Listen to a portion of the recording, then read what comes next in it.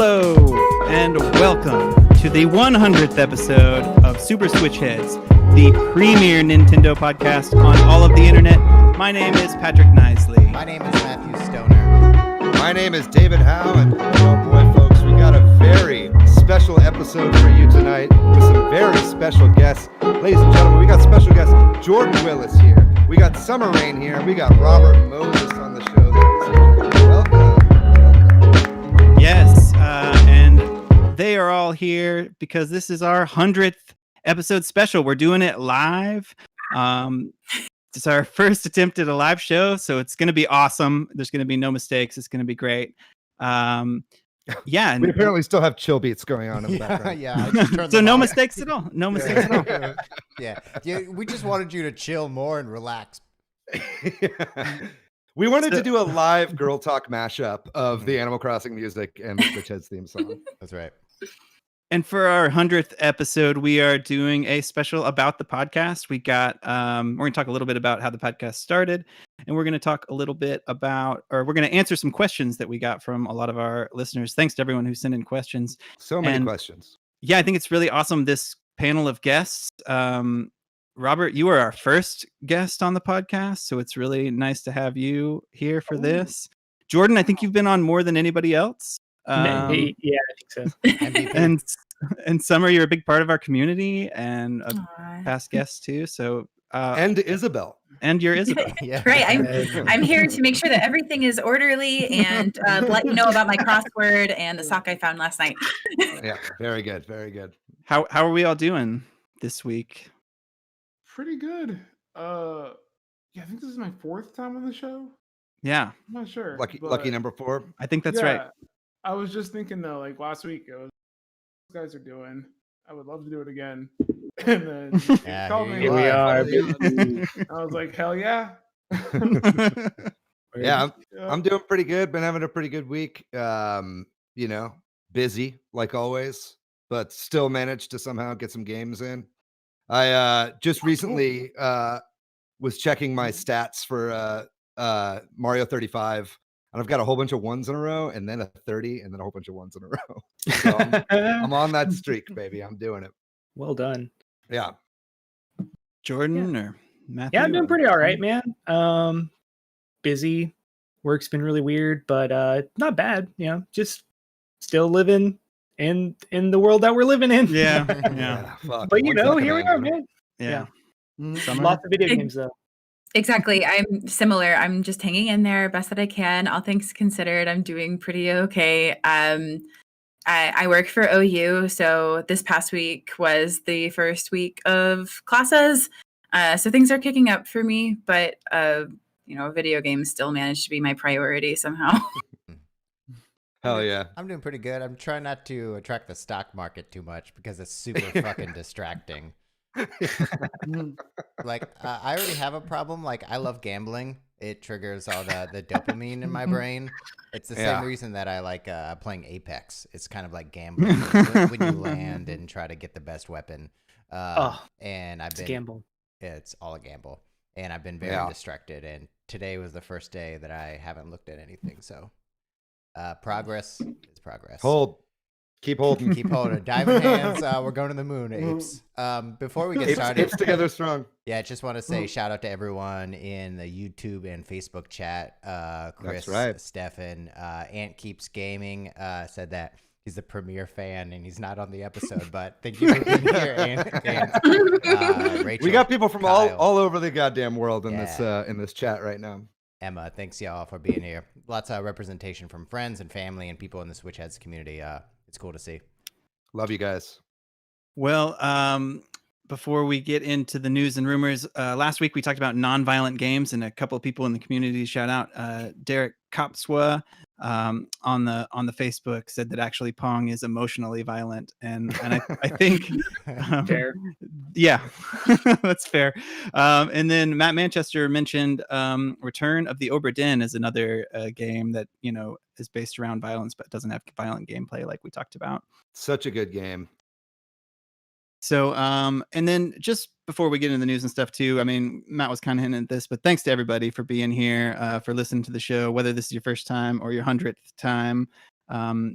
thank you so much to all our listeners, all the people who've guested on the show, given us reviews, shared the podcast, all that stuff. We're very thankful. This is a real celebration of the show, and we're thankful for all that. Yeah. Yeah, I've always said that even if nobody was listening, I'd still do the podcast, but I think that's actually bullshit. And so I really appreciate you guys all actually listening to the show. It really makes it worth it. Yes. And given that this is our first live show, give us some feedback. We'd love to hear. How does, is this a cool format you want us to do again? Or do you want us to play chill beats in a very low volume throughout the whole episode? Let us know. I'm for it. Yes. Yeah. As long as we get a takedown. Yeah. All right, y'all ready to go over the news and rumors then? Let's do this thing. So much. Do it. All right. So there was the newest Nintendo financial meeting. The sales numbers through the end of December have come out. And so the Switch has now officially sold more than the 3DS, which is a big milestone. And in terms of hardware numbers, it's just crazy. Almost 80 million units of the Switch have been sold. So what do y'all think about that? Do you think it's going to beat the Wii or even go beyond that? Or What's to the moon? Wii at? the Wii is at roughly 100 million. Yeah. No. Yeah. I think it's an absolute inevitability that it'll beat the Wii. I mean, it's already past 80. It was like 79.9 at the end of December, so we know we're over that now. I think that we could see it beat the Wii by the end of this year, honestly. It's definitely, I think the next milestone is GBA, if I'm not mistaken. That's correct. That's also an inevitability because that's only 81.5 million. Right. So. Yeah, so that might even be past it now, But yeah, I think it's very nice to see the Switch get numbers for like non-gamers again, like like the Wii did, bringing in that whole crowd into the gaming scene. Stephen Gill in the chat is like, Switch Lite has sold more than the Wii U just on its Yeah, own. that is also a fact. That's what a shocker. Wow. I can't believe it. What were you gonna say, Rob? I'm honestly not surprised that COVID just kind of sent the sales, right back up from the way it was back at launch. Mm-hmm. Yeah, I would, if I didn't have a Switch, I would definitely in this last year. Yeah, for sure. And then maybe we can well, I think also just kind of to the point of just how crazy the Switch is selling. That's why this podcast exists too, right? Like the Switch has just been such a mega success, and why we've continued to do it. To tie it into our theme of the episode, but the software sales also got updated. Mario Kart 8 is still on top, but maybe just barely. Animal Crossing New Horizons is right under it, around 31 million sold, and Mario Kart's at 33.5 almost. So given that game is still not even a year old, that's pretty nuts sales numbers too for Animal Crossing. For sure. Do you guys think Animal Crossing will pass it? Yes, 100%. Really? That's bonkers numbers, dude. I didn't know it was that much. Yeah. In less than a year, 31 million. Yeah. It's pretty big. Tied to one console too, Yeah. That's crazy. Yeah. As it stands now, I think if you include Wii U sales for Mario Kart 8, which you should, Mario Kart 8 is now the fourth highest selling. It's the fifth or fourth. I think it's the fourth highest selling Nintendo game of all time, which is currently just behind the original Super Mario Brothers, which was a pack-in game with the NES. Mm-hmm. You know what I mean? So there's almost, I think that by the end of the Switch's lifespan, we'll see, more Mario Kart 8s out there than there were NESs out there, which is insane. And that's great to see because Mario Kart 8 is the best Mario Kart of all time. I'm happy to see it up on top. I love Animal Crossing, but it'll be a sad day when it dethrones Mario Kart, in my opinion. It's also often a pack-in game for when they do the holidays and stuff, which I think ups the numbers, and I think that might make it harder for Animal Crossing to beat it. But we'll see. We'll see, right? Well, until Animal Crossing becomes the pack-in game. There you go. Chris McKeever in the chat says behind ET. If you count the number no. of copies in a landfill, then yes. Yeah. Nice. Kirby Tilt and Tumble. That's a tough one too. Sorry. Someone said in the chat, I was so excited for that game. Anyway. Good game. There wasn't that many changes to the overall like top 10 software sales beyond that, but there's a lot of things creeping at the bottom that might come up, and there's a lot of most sold in series games now, like Pikmin 3 Deluxe and Luigi's Mansion 3. Just shows the Switch's success that all these games that are coming out on the Switch are becoming the highest selling game in their respective series. Yeah. Luigi's Mansion is creeping up on 10 million, right? That's right. It's just under at 9 something. That's nuts for Luigi's Mansion. Yeah, that's very. I never thought I'd see that day. Yeah, me neither.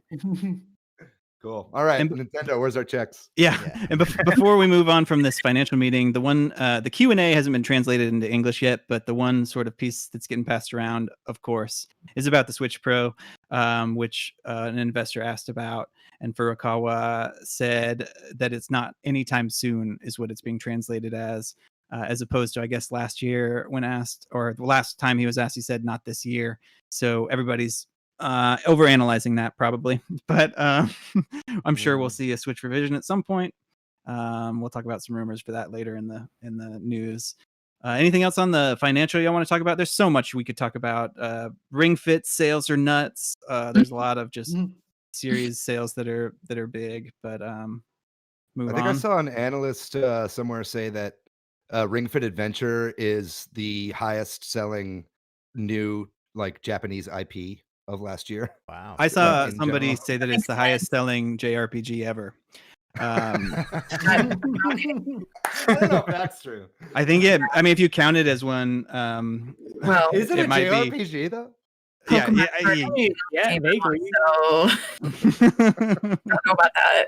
or at least of the last however many years or something. Right. So yeah, that's pretty fascinating. But I don't have that fact, so I don't know.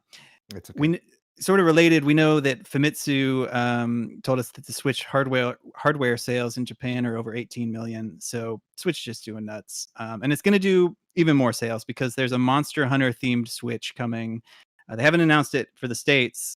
Sorry to those of us here, but if you're in Japan or Europe, you can get that. And I know that that's probably going to sell really big in Japan and get those hardware numbers up even more.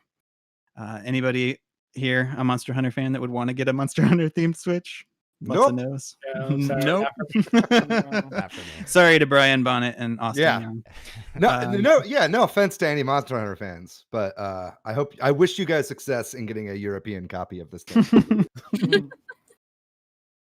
Some reviews for the new re-release of Super Mario 3D World and Bowser's Fury have started to come out.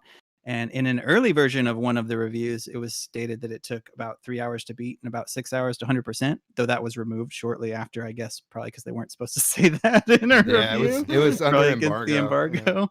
Yeah.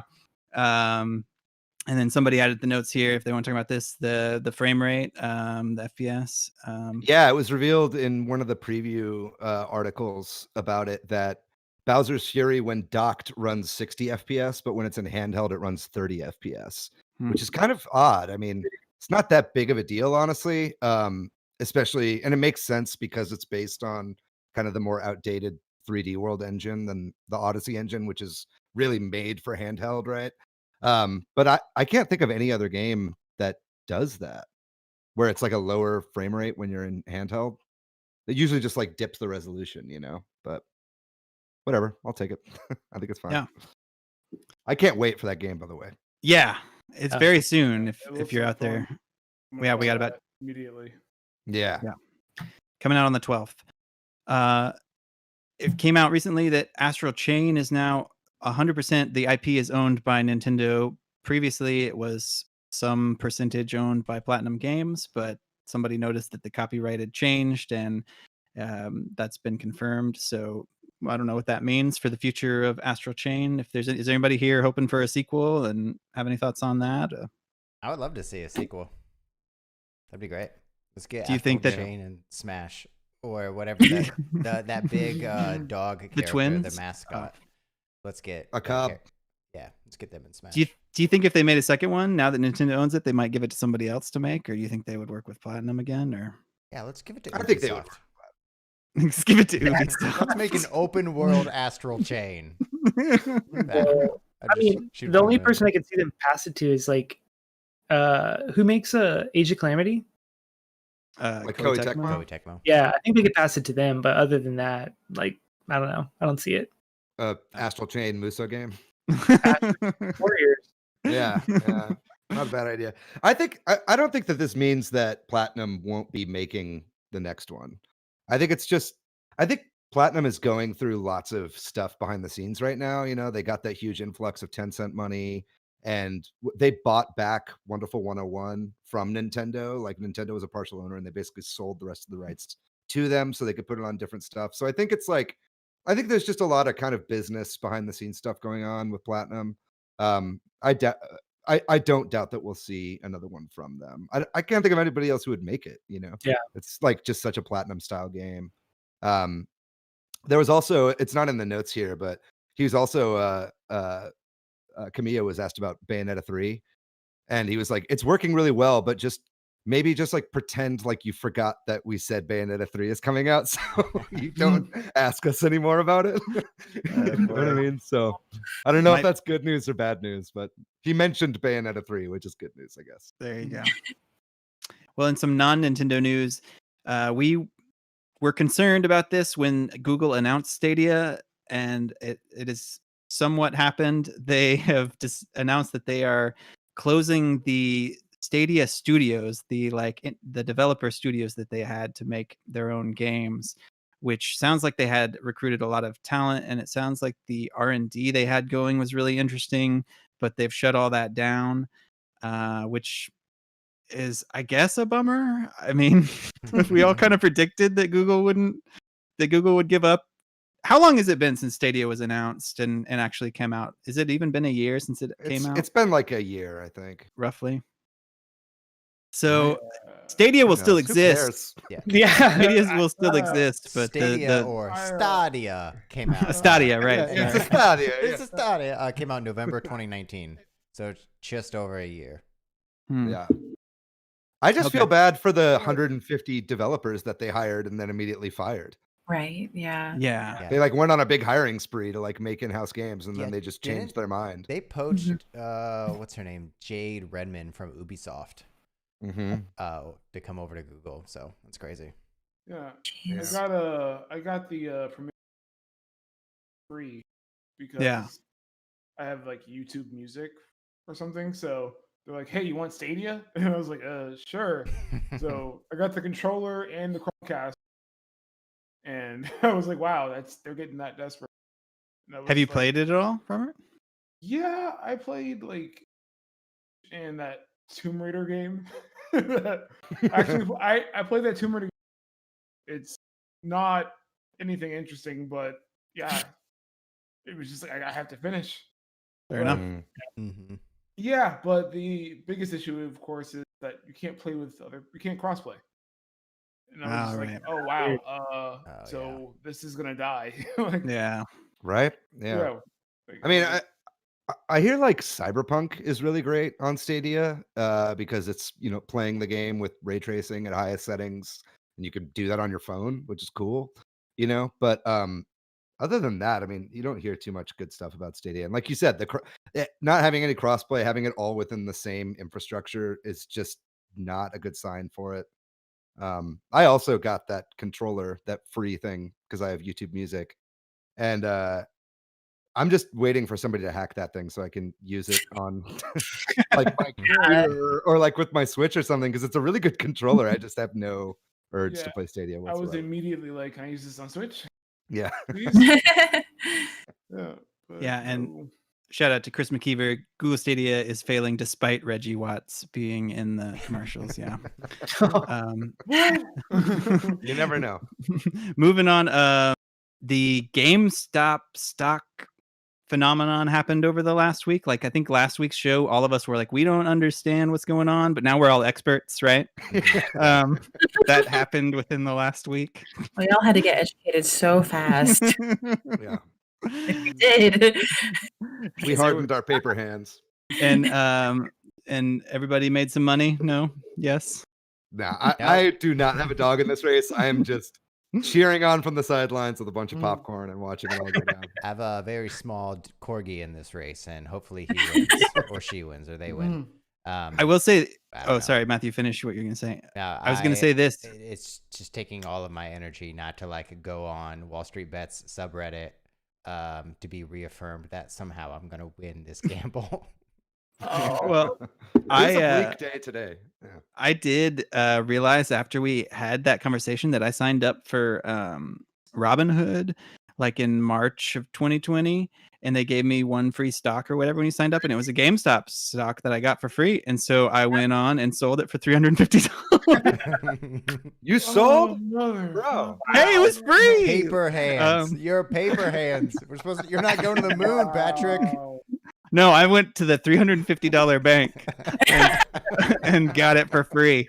So, and as I understand it, I tell you what, I pulled the money off of Robinhood or whatever. So there you go. At least I'm Patrick. You can't see the YouTube chat, but you're getting bullied. Finally, now it's my Patrick's $350 turn to get free. I got it for free, y'all. Like something I paid into. Apes together strong. I don't have a family to feed, y'all. Okay, back off. Oh boy. But somebody did. This was making the Switch news round. Somebody that apparently made a bunch of money off of it bought some Switches for a hospital. So hey, maybe let's focus our energy on that guy and not me. Because I didn't buy any Switches for any hospitals with my $350.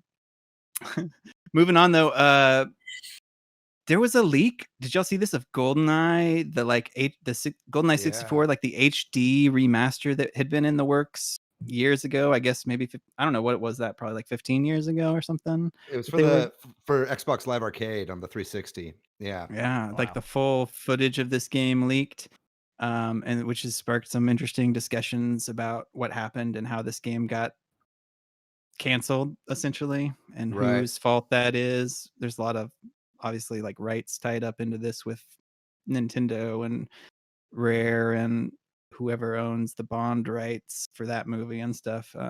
Yeah. So that was interesting. Yeah. I mean, even at the time, it was tough. And then now the rights have changed hands even more since when they were putting that together.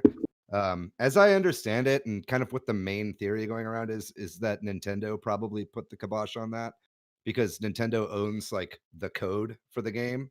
Back when Rare was making it for the Nintendo 64. Mm-hmm. But yeah, I mean, you've got MGM involved. You've got Activision, who owned the Bond license for video games at the time. And then obviously Rare and Microsoft. So it's a shit show. Well, they had the Perfect Dark like HD remaster on 360, which was incredible. Yeah. Was it made by Rare as well? Yes. Mm-hmm. It's the same team that did that port. Oh, that's probably how it even existed. Yeah. Right. And I think, yeah, if they had been able to pull it off with like online multiplayer, that would have been so tight. With like twin stick controls. Yeah. Oof. Well, we'll never get to see that. And I'm sure it'll leak. It will leak. There's a full let's play the video, from start to finish on YouTube. But we'll never get to see Zelda Netflix series, apparently. Though there's been some discussion about this online. What's this guy's name? He does that show. Why can't I think of it? Adam Conover. How do you say it? I've seen his show. Anyway, Adam with great hair. Yeah.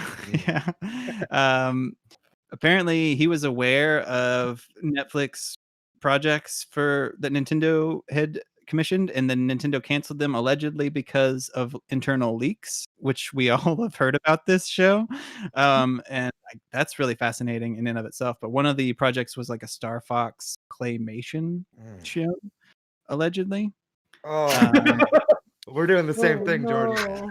It's so I think Adam Conover was involved in whatever Star Fox stop motion claymation project that they were doing as part of I think at College Humor. Right. Maybe you're that's going correct. To this. Yeah. Yeah. Because I think College Humor did a video that was like the Fantastic Mr. Star Fox, which is like basically a crossover. And so a lot of people are thinking that that's what that was going to be. But like, man, I mean, the live action Zelda show, I think like could have been terrible anyway. So I don't think it's like that. Like, I mean, I'd love to see a live action Zelda show. Don't get me wrong. But like, whenever I heard that there was going to be this stop motion Star Fox thing, I want to see that so bad. Cause like the original Super Nintendo, like promo art for Star Fox had those weird kind of hairy figurines. Like if they did it in that style, it would have been so cool. Quick shout out to Lee Howson, who said it's Adam Ruins Everything. That's the show I was trying to think of. Thank you, Lee. What do you think about the Zelda show? We're obviously all upset apparently about the Star Fox claymation, but are we sad? Apparently, Patrick is not. I don't know. I mean, it's like it seems cool, but you take Jordan your and David, $350. Yeah, you really look, I got money now. cocky. I don't have to worry about that. I'm rich, and I see all the requests for pizza, but I'm rich now, so I don't think I have to buy y'all pizza. Very good. That's a bummer. I think it would have been cool. Yeah. Any kind of Zelda animation or live action would be sweet. Give me that Nintendo IP in media. Yeah, I feel like, so many like video game IPs don't translate as well. And so I think Nintendo has been really protective in that way. And I kind of respect that. But at the same time, I would have liked to see it, I need them to be a little bit like less, I mean, they're making the Mario movie, and that's like still a ways away. Like, give me something, man. Yeah.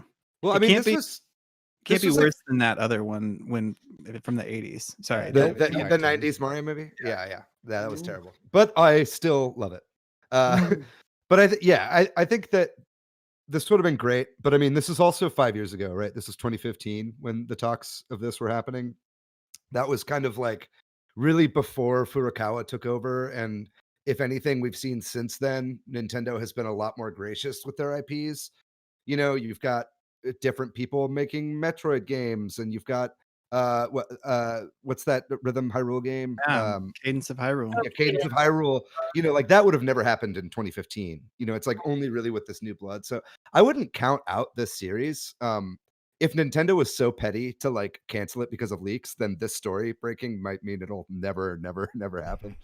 But I think it's still a possibility. I just think like whatever was going on at the time, they probably put the kibosh on. But there were all those. Do you guys remember those rumors where they said Tom Holland was supposed to play Link?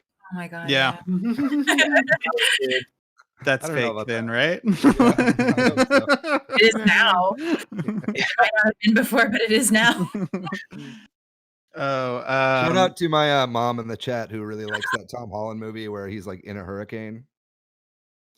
What? I don't know what that is. Me neither. It's all good. Hey, Mom. Also, I love Michael Domingue's comment there that the Zelda show would just be an intense hour-long drama set in Hyrule, but every episode ends with, "Well, excuse me, princess." We get like whiny Link back from that old cartoon. But there is going to be a Sonic show on Netflix. I think there's been some rumors of this, and maybe even it was announced, but now it's 100% coming. There's a 24 episode order for 2022 of this show. That's not quite as exciting as a Zelda show would have been, I guess, but that's what we got. I'm into it. You're into it? Sonic Prime is what it's called, by the way. Looking forward to Sonic Prime Federation Force. What does that mean? Oh, don't even. I think I'm not sure if there are multiple shows, but I know at least one of them is 3D animated, which is kind of a bummer because I was kind of hoping for that Sonic Mania style animation for the beginning of that show. So we'll see what happens. But either way, man, I'm cool with new Sonic. And I think there's some speculation that maybe Ben Schwartz is going to do the voice. That's right. He did the movie. And the original Sonic, or the Sonic voice actor from the past like 10 years recently tweeted that he's like hanging up the fur or whatever. Hanging up the fur. Yeah.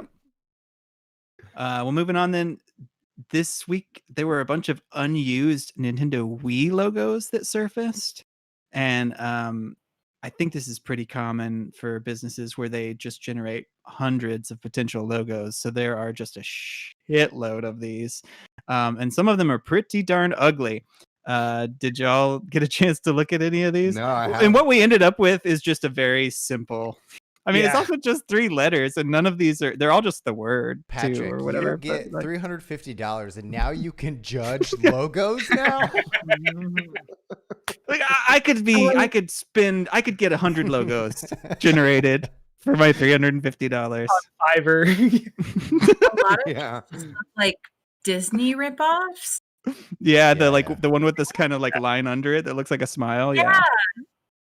And a lot of them are just like that one. I also like the ones that have like we text and then above it are random shapes, like 2 diamonds or 2 circles together. Oh, my favorites are the ones that just look like butts. because of how it's drawn. Yeah.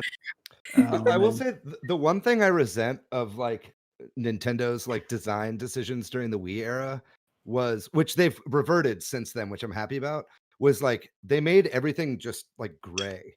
Like the Nintendo logo was the Nintendo logo, but gray. And it was all just kind of so boring. It was like that Web 2.0 kind of look they were going for at the time. Yeah. I'm really happy that they've gone back to the red Nintendo logo. It looks a lot better. And quick shout out to Kyle Baker, who's in our chat. He was on our Christmas episode. This next little news item is kind of related to what we talked about then in terms of Christmas games.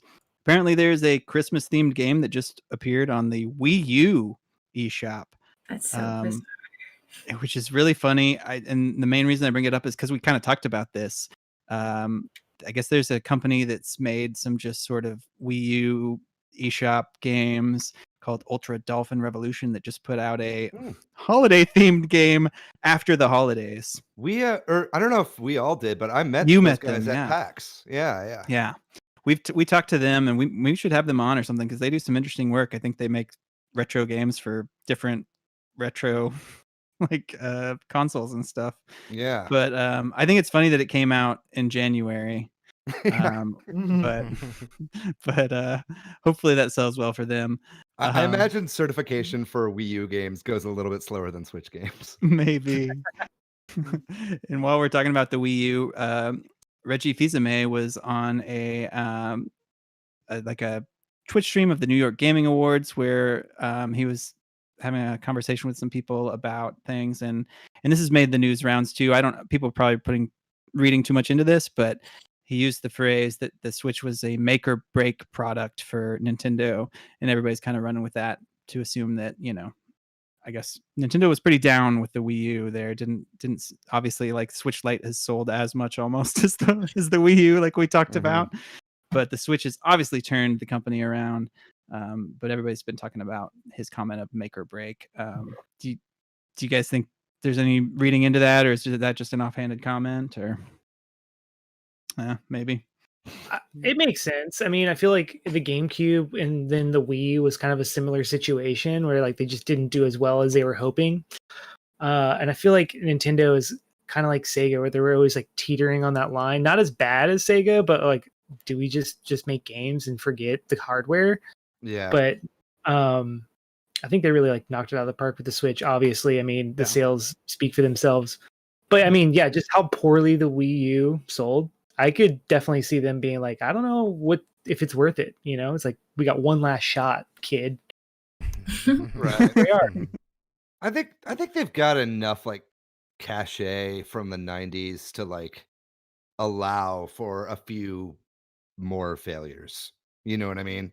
Like I think like certainly in like the public, if you're talking about like public capital and kind of the current social capital of like modern video game consoles, then yeah, I think it was probably make or break. But as far as like financial is concerned, I think if the Switch hadn't been a big hit, I still don't think that would have been enough for Nintendo to pull a Sega. You know what I mean? But I mean, regardless, he's not wrong. It was huge for the Switch to do what it's done so far. I'm really glad it has. But yeah, I mean, I don't want to accuse Reggie of clickbait, but Well, I think what it is just everybody's hanging on his words and he's just talking. Right. And so Yeah. That's true. He created such a legacy that anything he says, right, hardcore Nintendo fans just latch on to. Yeah. So we would never want do to anything like that. we're not presently doing it. Yeah. If Nintendo is struggling so much, why don't they just sell their free GameStop share and make $350? Yeah, do you think Reggie's like profiting heavily off of Reddit right now? Because he's like on the board of GameStop, right? Maybe. Yeah. There was a new Nintendo game that's Japan only. It's called Buddy Mission Bond, or at least that's the translation. And apparently I don't know much about this, partly because it's Japan only, but it sounds like it's kind of similar to the Phoenix Wright games, sort of a mystery solving, interviewing people clues game. Doubt it will get localized here, but if you can read Japanese, you can go get that on the Japanese eShop. It's in collaboration with Koei Tecmo. So it looks cool. I wish Nintendo would put out more games like that here, or it's unusual game for them too, right? Any thoughts on this from anybody? No, not really. I didn't Never heard of it. Sorry. No worries. I'm happy for the devs. Yeah. More anime games. More anime games. Yay. Localize more anime games. Yeah. Please. You seem very excited. Well, this next news item, I think Matt is excited about, right? Matthew, are you excited about Apex? They finally officially announced it, right? Wow. Coming to let's Switch. go. Yeah. Yeah. Well, I'm not the only one. It's also Jordan is here. Yes. With us. I'm not the only one Dude. excited about one of the most profitable and exciting games that there is coming to Nintendo Switch. Yeah, well, it's also an EA game, who is notoriously doesn't like putting stuff on the Switch. So maybe if they make money here, they'll start to bring other stuff to the Switch. But yeah, I'm also, whenever Fortnite came to the Switch, I was just stomping kids, dude. And I've been playing That's Apex true. since day one. So, dude, I'm ready to stomp some 12-year-olds. I'm so stoked. No shame. I love it. No shame. Everybody watch Jordan's streams on March 9th when this game comes out, because it will just be brutal. You can follow Jordan on Twitch at 12-year-old Stomper. Oh, I love that. I love that actually as a name. I'll be one of those 12-year-olds that you're stopping. I'm excited for this, but I've never played before, and I essentially have the same gaming capabilities as a 12-year-old. So. What were you saying, Rob? How do you think Apex will run? I immediately think of Fortnite, and I feel like I was lagging on the Switch. I stopped playing after just a better later, but I would immediately think Apex on the Switch would run slower, at least a graphics drop down. Yeah. I don't know. I haven't played much of Apex, so I'm finding Matt, what do you think? I mean, do you think the graphics could scale to a level where it's We're playing seeing at 60 120 frames per second? frames per second. It's going to run better in handheld than dock. Okay. That's not unheard of. There are games that actually run smoother in handheld because they're not taxing the visuals as much. You know what I mean? So that could be. I think they'll probably hit a solid 30, right? I think so They have too. to. Yeah. Yeah. I don't think it'll Is run it even too? 60 docked. Yeah. Jordan or Matthew, do y'all know, is this going to be cross play, or is it yeah, it will. just on? Okay. Yeah. Yep. Well, Yeah. crossplay, it's not an option. Stadia. Yeah. I think how it works is it's crossplay with all consoles, but if you have someone from PC in your party, it automatically crossplays you with PC players. Right. Fortnite is the same way. Yeah. I will say, if it is crossplay and you're gonna play the game, just set it to Switch only, so it's easier and you can win. Gotta be Switch only. Yeah. Crossplay as a feature is just, it kind of blows my mind because I was playing Lee Housen, who's in the chat right now. We were playing Apex last night, and he was on his Xbox, and then another buddy of ours was on PC, and I was on PC. Another Matt was on PC, and then he was on Xbox. Just that capability of doing that and being in one party, it's just it's so cool. I'm spoiled. That wasn't a thing 10 years ago, right? Right, exactly. Yeah. Nope. next news item we're going to talk about is Nintendo is apparently overhauling or replacing its multiplayer server system. Data miners have discovered that the Monster Hunter Rise demo, as apparently seems to be a test of a new system. Apparently, the NEX system is what they had been using for many, many years. Apparently, 18 years. And data miners, including Oatmeal Dome, who we talk about sometimes on this podcast, who's a big Nintendo data miner. But I think some other people discovered this, but they also dug into it. Yeah, like you said, I thought this fact was really funny that Oatmeal Dome shared, is that like apparently NEX still references Windows 98. That's how old it is, even though it doesn't like actually do anything with it. It still has like mention of that in the code. Windows In the 98 Splatoon is Splatoon 2 top 5 Windows version. Just saying. Oh, it is. Yeah. Yep. Windows 98 is good. This is much needed, obviously, for them to update this. And it I don't think anything's gonna like change. I don't think we'll suddenly have rollback and smash or anything like that. But I do think that they're trying. I wish they would, obviously. And in Mario Maker, please. I had a dream once that Mario Maker 2 had rollback added to it. That's what my dreams are like now. But and then I woke up and was just like depressed. But anyway. But this is just like future proofing, right? Like they'll probably want to be using this for the next 18 years. So they're trying to get something that's a little more up to date that uses Windows 8 or 10 or whatever Windows we're on now. And so that's good. Although yeah, it's time. I'm glad they're doing this. It's time to get rid of anything that references Windows 98. Yeah, so we'll see what that bears out, and I'll be interested to see from data miners when Super Mario 3D World comes out, if that integrates it, but it might just be peer-to-peer or something, so we'll see. And then I think this is our final news item for the week that I saved here because I think this is a really great segue into our topic. Apparently, there's a rumor going around that the Switch Pro name is going to be the Super Switch. The alleged leaker PH Brazil, who's a Brazilian leaker. That's great for us. I think has been popularizing that. It's super great for us. If you needed any more proof that Nintendo listens to this show, there it is. Premiere. I love that. I think I'm biased, but I really like it too. I kind of hope that's the name if there is one. Yeah.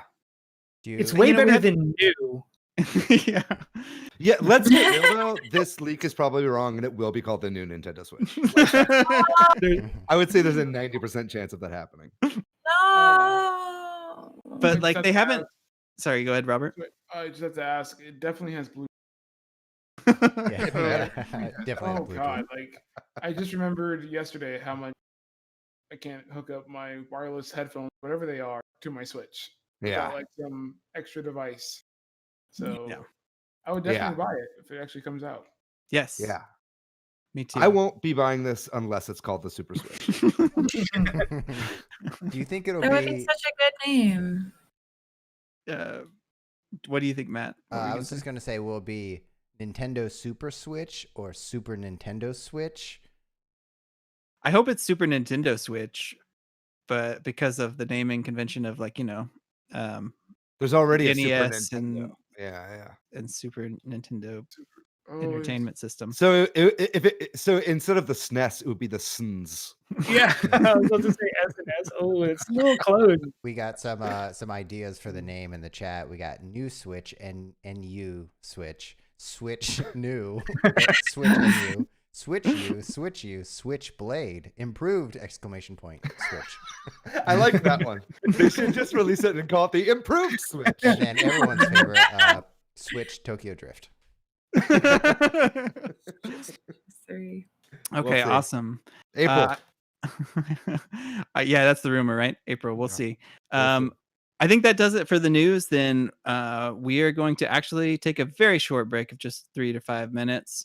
And then when we return, we will delve into all the questions that we were sent in. And if anybody here in the chat has questions, we'd love to hear those too. So we'll see you in just a minute.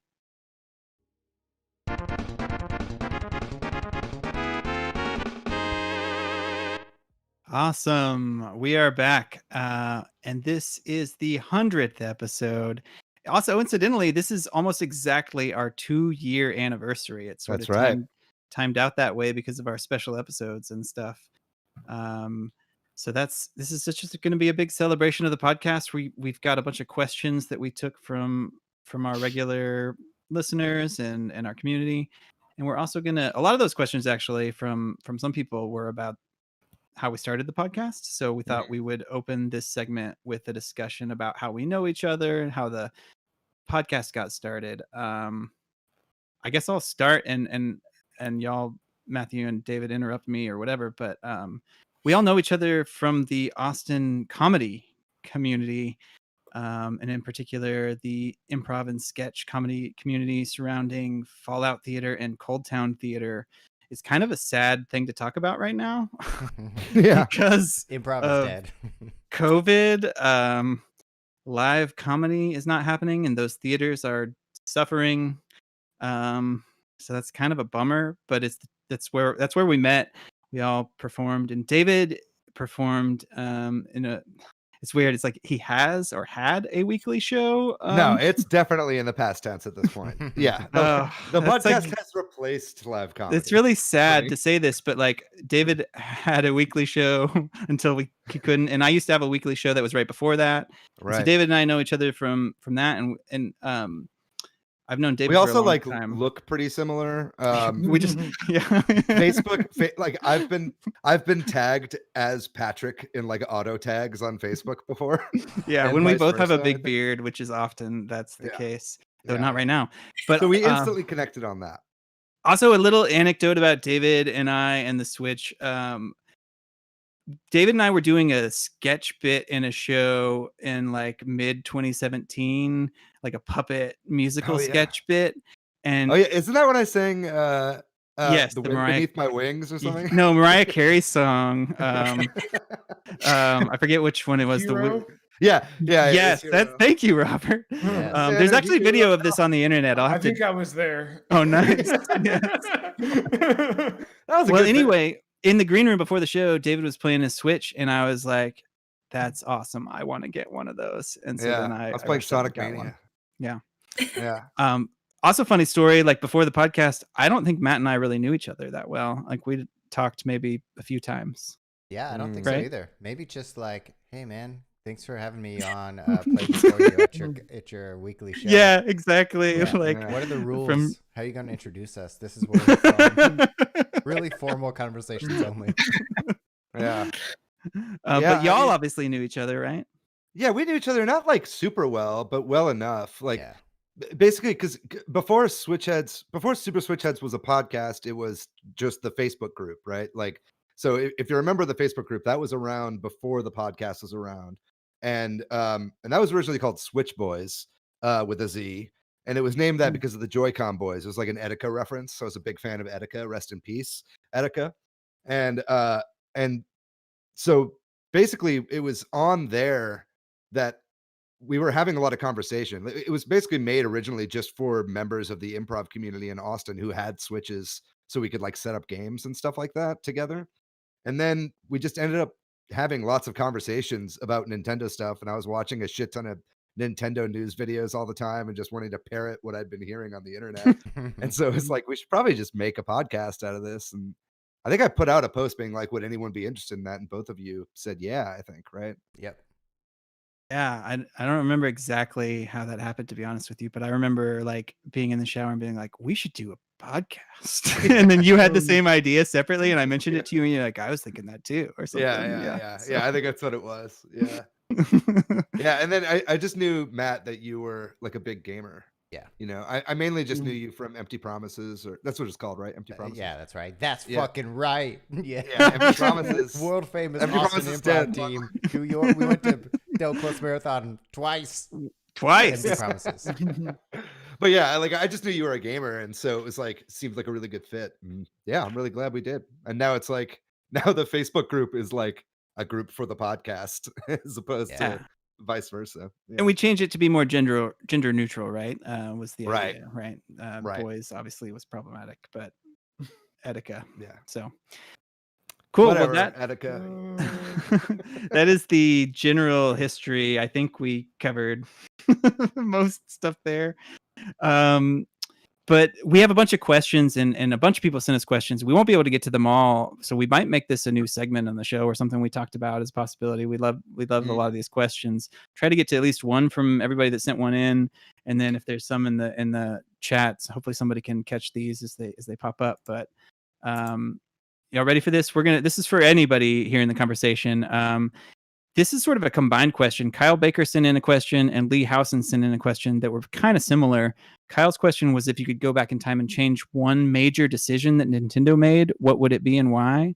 And Lee asked, if Nintendo offered you a wish, what would you ask for?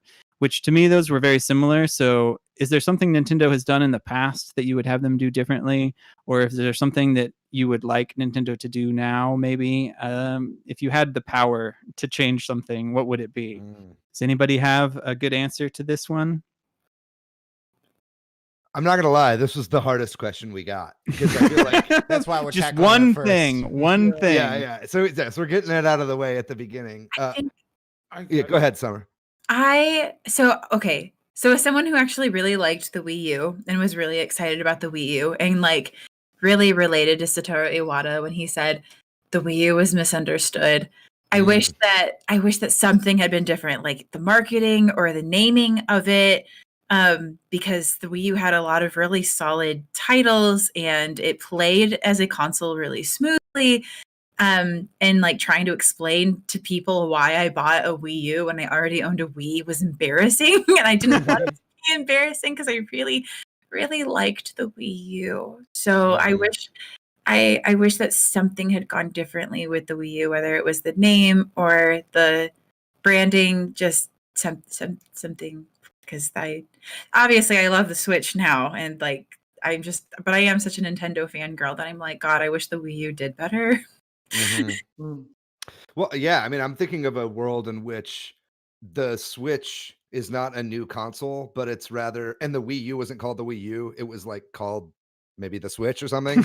And the Switch is like an evolution of that, right? Yeah. Where it's like a console, it's like they put it to where everything was on the tablet. And I think it would have been better that way, you know, like because like now that like Pokemon Snap is coming out, which I'm really excited about. But when the Wii U came out, my brain immediately was like, oh, this is the console that the new Pokemon Snap is going to come out on, because you have the tablet that you use as a camera, and then the TV is going to be like what you're taking a photo of. Like my brain was immediately like, oh, that's what's going to happen. Same.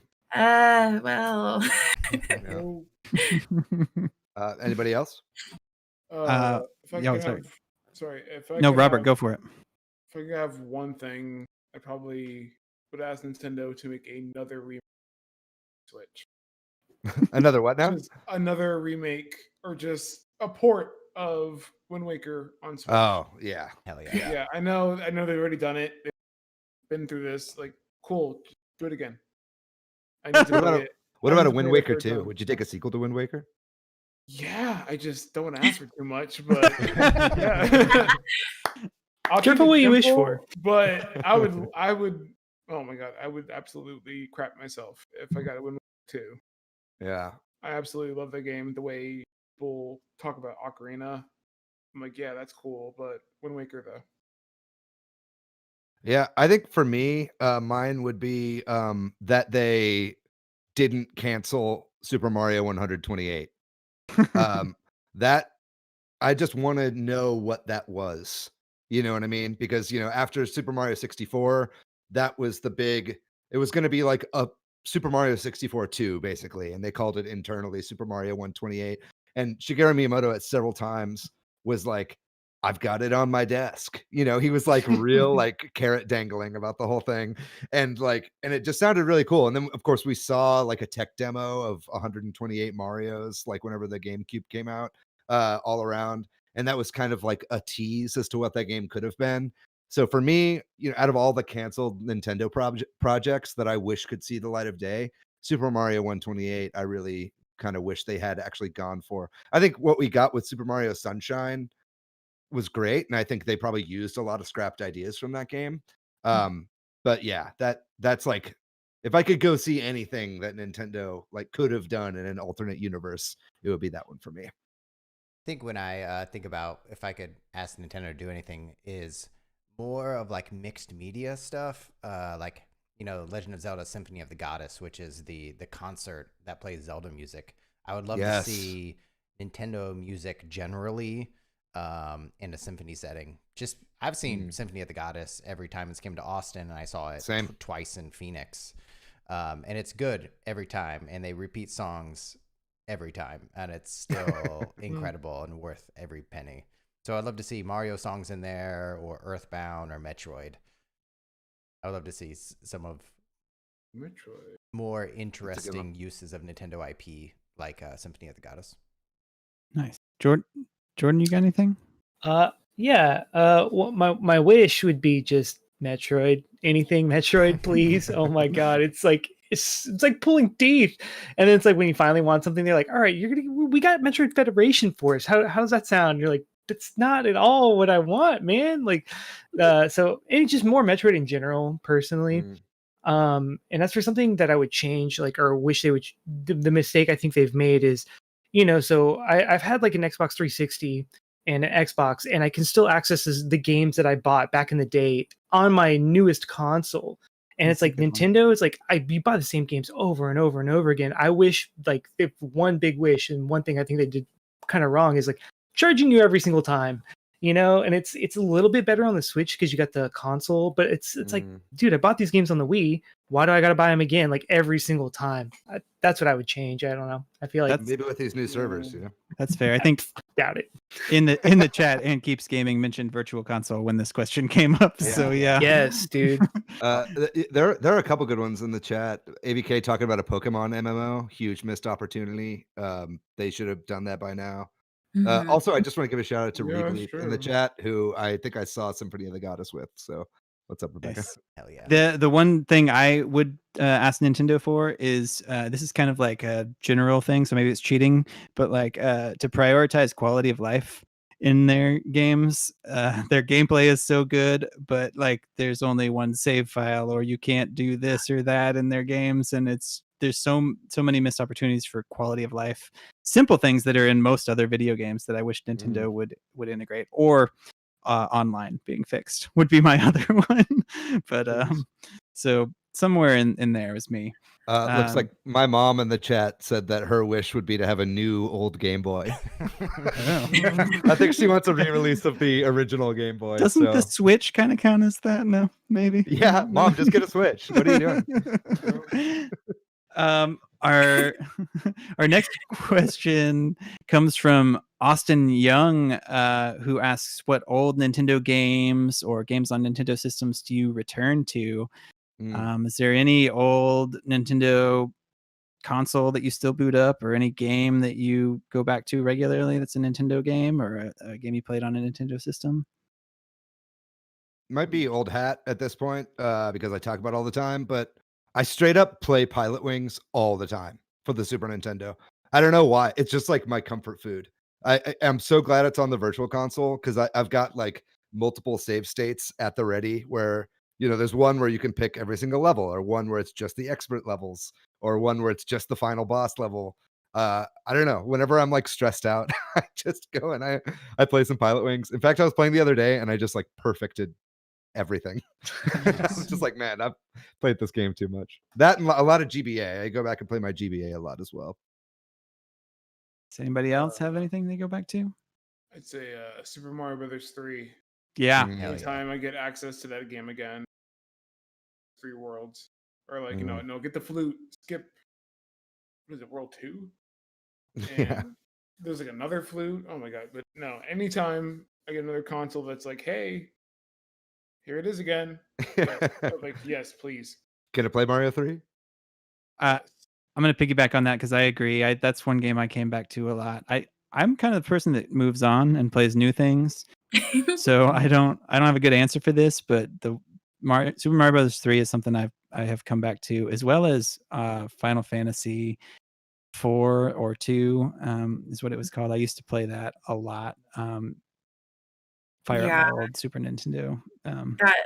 I was just thinking about Final Fantasy IV the other day and how I need to get a new another copy of the DS version. That was the one where they were able to add in all of the story. And at this point, that version is so old too that because that's a good one. And it's weird to think about like Final Fantasy X being like really old at this point.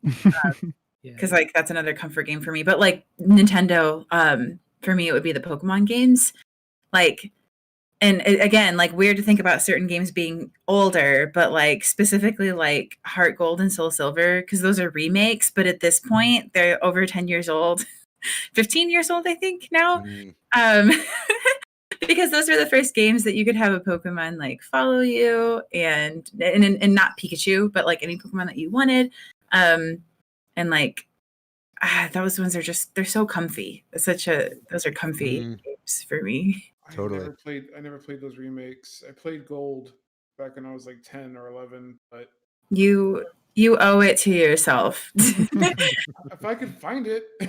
Yo, it's expensive. Like Heart Gold and Soul Silver are like the most expensive Pokemon games. Like they're played like the most for that reason. Like they're just like so good, and they're the ones that had the Poke Walker that came with. Yes, I still have it. I still have it. Yeah. Yes, me too. You could load your Pokemon on there, and then it was like a pedometer that they would level up and find items as you walked around. It was like the first kind of introduction to that before the 3DS came out with Street Pass. Yeah.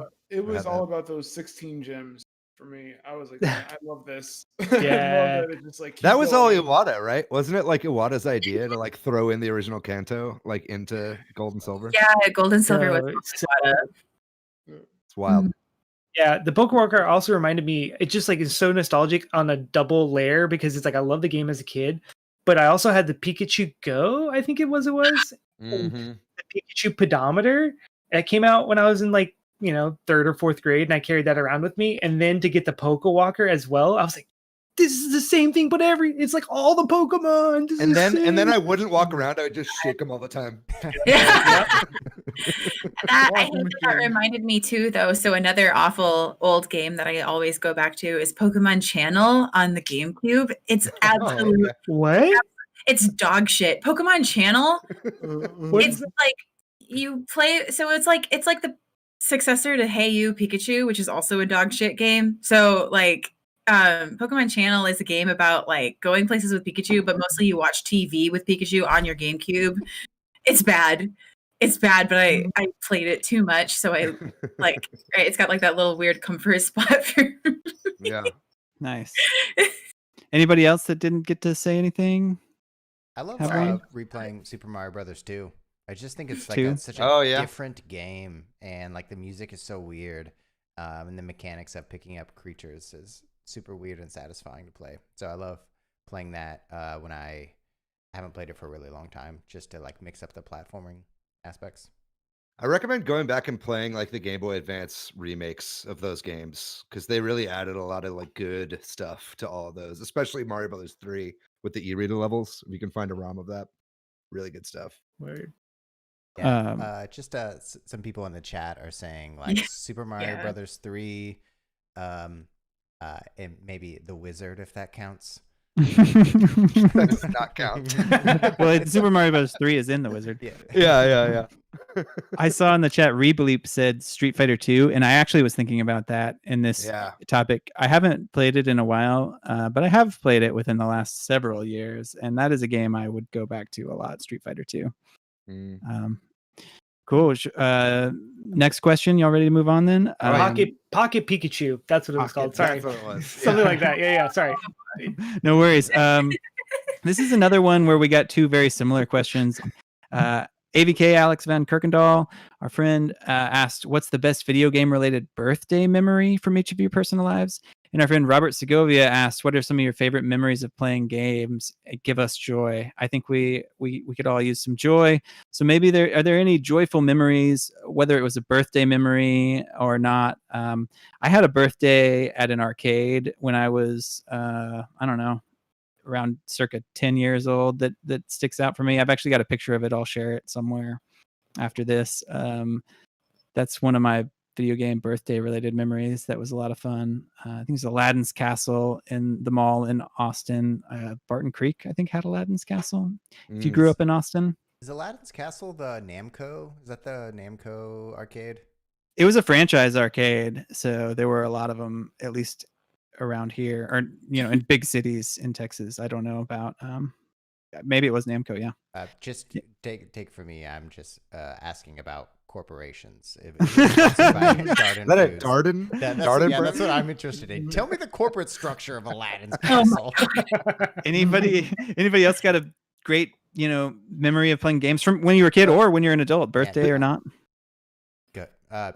So many. I mean, when I think about like N64 era, it was like the peak WWF time when I was super into wrestling. So playing WCW, NWO World Tour, WCW Revenge, we would play every weekend for years and years on birthdays, just getting together with friends. And then we would, as all boys do, we would go wrestle on the trampoline, just like us as kids trying to recreate like power bombs and stuff.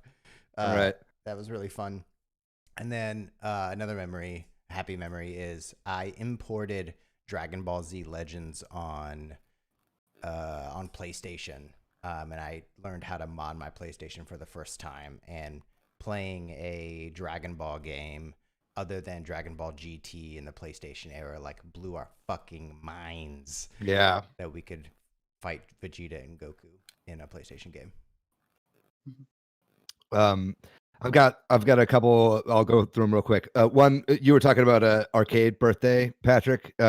Similar for me, there was this huge fucking arcade that opened up in Grapevine, Texas, when I was a kid, called GameWorks. It was like 2 or 3 stories or something ridiculous. Like, it was too big.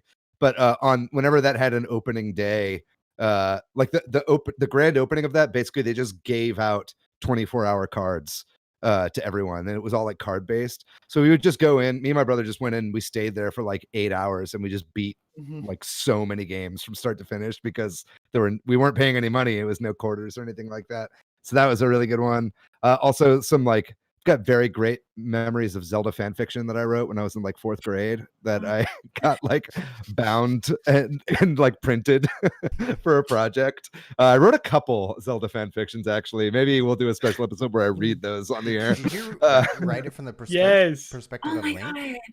No, or maybe one of them. I think one of them was from the perspective of Link. Another one was like 3rd person. Please read those in some future. I will. Yes, I basically just ripped off Star Wars. Like, I made like Link and Zelda brother and sister, and they didn't realize it, and they were like both like born from the Deku tree, or it was some weird shit. I'll read it off.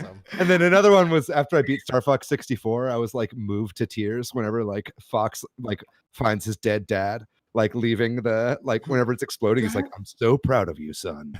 And like, and I just remember being so moved that I like wrote an essay in school about how I was brought to tears by that game. 4th grade was a wild year for me. But those are my memories. Anybody else got some specific memories you want to share? Yeah, let's give some joy.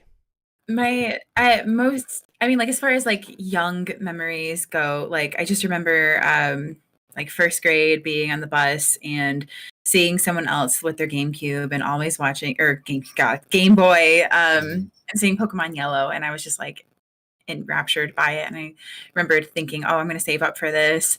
Like researching how much a Game Boy Color would cost, how much the game would cost, started putting money in an envelope. My parents were so impressed that I was like so determined to save up money for something like this. My dad was like, we have a Nintendo. I'm going to bring it out and show you how to play. And I was like, you play video games? And my parents were so impressed that they ended up buying me the Game Boy Color and Pokemon Yellow for my birthday that year instead of me buying it, and told me like that I could keep the money.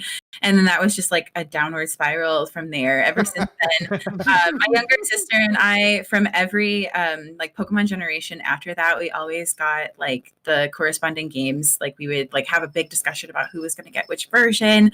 And then we would both get like the special 3rd one that came out as well. Like, specifically when Ruby and Sapphire came out, that was when the Game Boy Advance SPs also came out, and there was the red and blue version. So we like had to get that.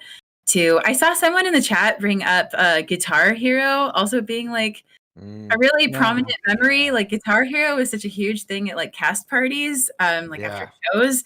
So I was one of those assholes who would play Through the Fire and the Flames backwards, like not looking at the screen. Oh, hell yeah. That's awesome. Yeah, so that's like also a good memory. But like God, Pokemon especially just like propelled me through like being a baby and through college and through grad school. Like I always made people get like a handheld system to It's play. a straight shot between that and you being Isabel on the show today. Exactly. Like I remember sorry, I know I'm talking a lot, but when I was 10, I wrote a letter to myself that was like a prompt to like write a letter to yourself in 5 years. And in that letter, I wrote to myself, do you still like Pokemon? What if you do, what is your favorite Pokemon? These are some of my favorite Pokemon. And I drew pictures of Pikachu, Eevee, Meryl, and I'm like, I was 10 and I'm 29 now, and I still have that letter that I wrote to myself that I wrote to 15-year-olds. That's awesome. That's joy. When I was in high school, my government teacher had us write a letter to ourselves 10 years later, and my mom got it. And it was just basically like, I hope you're still getting high and drinking beer all the time. It's like, just party and not doing much with your life and just having fun. Damn, you're so cool. My mom is in the chat. Okay. But it was not cool because like you get that and you're like, Jesus, I had zero aspirations.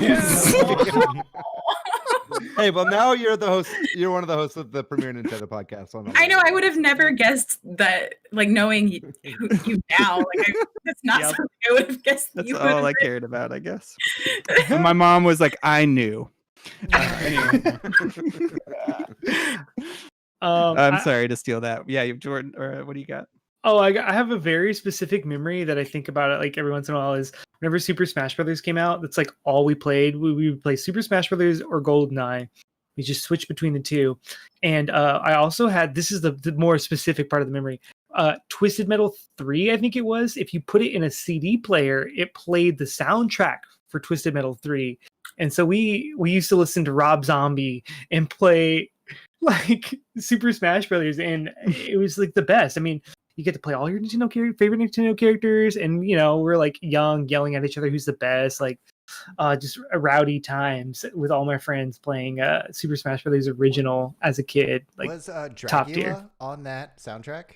I think it was Dragula. Yeah, great fucking song. I can't remember exactly. That is the Rob Zombie song. Yeah. Before we move on to our next question, there's a question from Austin Young. That's a very important one, so take your time. If you could play Monster Hunter with Austin Young, why wouldn't you? I would. That's a good question. Yeah. I would. Yeah. I would too. Yeah. Yeah. No comment. Plead the fifth. Is there any other memories or any good memories in the chat? I saw that one about Michael DeBang said about Guitar Hero. There's somebody talking about camping out to get something, and I think Stefan Gill talked about winning a GameCube or something. I do miss in the era of digital games waiting for midnight releases. Yeah. Mm-hmm. Yeah. Oh, that is a good memory. Like I would dress up. I think the last game I camped out for was the like combo release of Super Smash Brothers, Pokemon Omega Ruby Alpha Sapphire, and it was like the Pikachu amiibo. I know this because I took photos of myself because I dressed up for it, right? Gosh, but like some GameStops would do like they'd bring out a band and they'd do like a tournament and like do raffles and stuff. I miss that. Yeah. Chris McKeever says his favorite memory is playing Tsum Tsum with the fellas. So what were you gonna say? You remember? Yeah, I did that with Brawl. I think that was like my first year of college, and Brawl came out like in March. So stood outside for like 2-3 hours, got that game, freaking flew home, and I think I won the first match with Lucas. Oh, I might have made that up. It might have been. Hey, own it. No, it's true. It's facts. Write Pretty sure that that high happened. for the rest of your life, man. Yes. God, I miss playing like Smash for 4 or 5 hours of the day, every day. I miss playing Smash with other people in the room. Yes, in real life. Yeah. Not having to deal with the horrible online. Oh yeah, it was never Yeah. online. I still never play online. It has to be Brawl Minus. people. Oh, bro, minus. Dude. Brawl Minus. Amazing mod. Yeah. Jordan knows what I'm talking about too. Yeah. We played some Brawl Minus. Yeah, David and I lived together for a period of time, and I got so mad. He just stomped me every time. So when Like he you were a wasn't home, 12-year-old? yeah, like I was a 12-year-old. I deserved it. I'm not saying I didn't deserve it. I sat on the couch though and got good, and that's when I like really, as an adult, got into Smash. And yeah, Brawl Minus. Well, Good times. good times for sure. Well, we should move on. This next one is just for you, David. Though we can open it up if anybody else has a good story that's related. What does Monolith Fiji stand for? Is asked by Steve Irwin or Matt Hobby, our friend. And I actually don't know the answer to this either, so I would be curious to know where your handle comes from. It's actually got a pretty good story. The reason currently is like my like film production company that I use, I've named after my handle. So currently I say it's because of Monolith Fiji Productions, but in reality, where Monolith Fiji came from is in, I think, 6th grade. Whenever AOL Instant Messenger was a thing, I had to pick a username for that. And at the time, I was in a fake band with some of my friends, and the band was called Angus Lufia and the Fiji Mermen. Oh, wow. And we all had stage names. And so each of our AOL usernames that we picked were all our stage name followed by Fiji, because we like to pretend that we were in this band. So my stage name was Monolith. So I was Monolith Fiji for my AOL Instant Messenger screen. How old were you at this point? I was like in 6th grade or 7th grade, something like that. And yeah, that was that. I think my brother was in the band. I think his name was Joe Fliegelman. That was his stage name. Fiji? My buddy Andrew. Yeah, he was Joe Fliegelman Fiji. My buddy Andrew was Angus Lufia. So he was Angus Lufia Fiji. And yeah, we all had a bunch of them. Everybody else has since changed their usernames to something that actually makes sense. But I also just like typing in Monolith Fiji. It's like 12 characters and it's really easy to type. So I just kept it. And now it's the name of my film production company. So Matt Hobby in the chat really wants you to get this fake band album released. So get to work on that. Yeah, I'll hit up Andrew and my brother. That's actually really Andrew and my brother are actual musicians now, so maybe I'll hit them up. I'll just sing over some stuff that they noodle. We'll put out a Fiji Merman album. Don't count yourself so short. You can play. I heard it. You did that Mariah Carey cover. That's true. I could tickle the ivories. Yeah. Yeah. The next question is from our friend DCD. And he asks what our favorite bit that we've done on the podcast is. We've done a number of reoccurring bits and some one-off ones. Anybody can answer this, of course. I think my favorite bit is the 51 Clubhouse game that Matt lists them off. That is not a fucking bit. It's very serious. I mean, the very serious. Wait, when you're talking 51, Matt, do you know like what he's talking about? Like what particular games? Could you list them for us? What's the bit? Mancala. Yeah. Toy boxing, toy tennis. There we go. No, hey, no. Enough of that. That's that bit. Anybody else got anything they want to share? I love Dash Rendar bits that we said one time that David hates. I think Dash Rendar as like a reference, like people don't really get expanded universe Star Wars references, especially Shadows of the Empire, and they're like, who's Dash Rendar? I'm a big Rendar head, man. Yeah, I love Dash Rendar. Me too. I'm just waiting for the Disney Plus Dash Rendar show. That's really what we're in the age of Star Wars on. For Disney real though, Plus. no bits. They should make an animated version of Shadows of the Empire. They should finally make that movie. Yeah. Shout out to Ant Keeps Gaming in the chat who referenced our Dash Rendar ongoing bit. I think since season 1. I mean, we've got a lot of like great. I mean, we've obviously got. I'm sorry, Chris McKeever, we didn't have time to play Disney Sim Festival this week, That's obviously a great bit. Some of my personal favorites though are whenever we do Italian voices. Yes. For some The reason, last remaining thing that you can make fun of culturally. yeah, it's the only Yeah. accent that you can really make fun of. Also, it's an audio podcast. You guys can't see, but anytime we do an Italian voice, I do this. Maybe if we do more video stuff. I really like when you guys bully me about how F-Zero would be a better game if it was a bounty hunting game where he walked around on foot. Then I get really mad. That's a good ongoing bit. And then a good bit that's like not on the podcast but is in the Facebook group is Buff Luigi. I'm a huge fan for Buff Luigi. And I will say right now, because it's episode 100, I will say that was a completely manufactured meme. Like basically I typed in the thing, I wrote Buff Luigi and then I responded to it saying, "Oh, I'm sorry, I was searching for a GIF," but I wasn't. That was all a facade.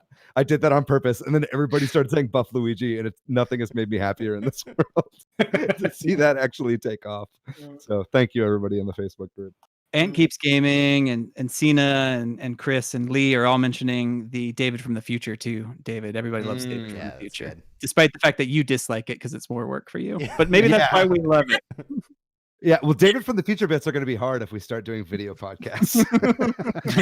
I'll need to invest in some futuristic props. I will mention, since Matthew from the future a couple of days ago in Discord, so this is a good time. Kyle, if you're watching, because you should be, I could use another drink. If you, Kyle, could you bring me another drink, please? Very nice. That's not a bit. Not yet.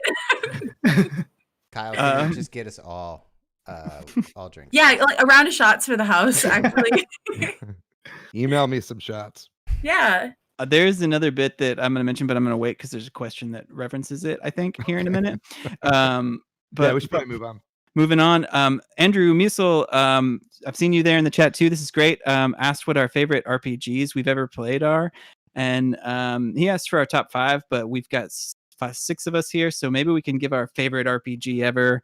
And then if there's some honorable mentions, we can mention that. I'll go first because I think I already mentioned it. I think it's Final Fantasy IV because of just the age I was, and that's the game that really got me into playing RPGs on video game consoles. So that might be top 1 for me. Yeah, I'll stop there. And ooh, there he is. Hey, Kyle. There's Kyle, Tom Nook bringing me Isabel's favorite drink. That's right. You're dressed up like Tom Nook. Tom Nook, very My nice. God. That's cute. Am I fucking tripping right now? Holy shit. What is this? What the fuck? That's awesome. We don't play, Wow. guys. Wow. Anybody want to go next? What's your favorite RPG or top couple? Ring Fit Adventure. That's telling one for sure. Rob, what you got? Pokemon's an RPG, right? Yeah, Pokemon count. Oh yeah, Pokemon counts as a JRPG. It's turn-based. Yeah, then it definitely Pokemon. Pokemon is the series as whole, Specific- or could you pick specific one, one? Rob? Gold and Silver. Nice. That was probably my favorite. The third one was pretty great too. The second one was definitely I had the most. Yeah. Yeah. Yeah. I'd probably say Chrono Trigger. Ooh, That's that's a good one. Let's fucking It's like go. when I played it as a kid and I still play it as an adult, and I'm like, every single time it hits the same. It's still so rock solid. The gameplay like has never gotten old. It's like evolution of the RPG genre at the time and still feels good today is like super rare. Mhm. Yeah, That's I just still love it. It's Yeah. funny. Mine will probably be Chrono Cross. I know everybody always says Chrono Trigger is the better game, and it probably is. But for me, I just have so much nostalgia for Chrono Cross. I played that game so many times. So that would probably be my pick. With a close second being Mario Tennis on the Game Boy Advance. Yo, You know what I'm talking about. yeah, dude. Mario Tennis on the Game Boy Advance is legit an amazing RPG. It's like an RPG. It's a top-down RPG where the battles are tennis matches. It's like the best Camelot game of all time. Yep. And that's including Golden Sun. Like they basically took their team from Golden Sun and had them make a Mario Tennis game, and it's amazing. Yeah. Nice. Anybody that didn't get to go? I agree with Jordan. Just kind of top 3. Carrie, also thanks for the like that popped up, and that's covering Summer's face right now. Thanks for that. Chrono Trigger, number 1. Chrono Trigger, Jordan. You said it perfectly. It's so good. Perfect game. Number 1, Chrono Trigger. 2, Final Fantasy 7. 3, Xenoblade Chronicles. Nice. So like RPGs are my favorite genre, so I'm like having a really hard time with this. Right. God, because Final Fantasy X, I have to, because that's like what got me into more JRPGs. Obviously I love Pokemon, but like Final Fantasy X was what really made my eyes go, oh, anime games. But for Pokemon Black and White, really like, or the first games really like hardcore bring in more story elements. I really fine tune those. That's what I've heard about Black and White, but I just skipped all of it, and then once it was over. Oh my God, you're missing out on some of the best characters and the generation. No, I'm sorry. That's what I heard. Everyone's like, it's so great, and I was like, oh. Because I was just like, nope. Yeah.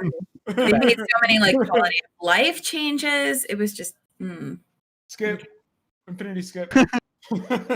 Shout out to the chat. We got some good picks in here. We got Grandia being mentioned a couple times.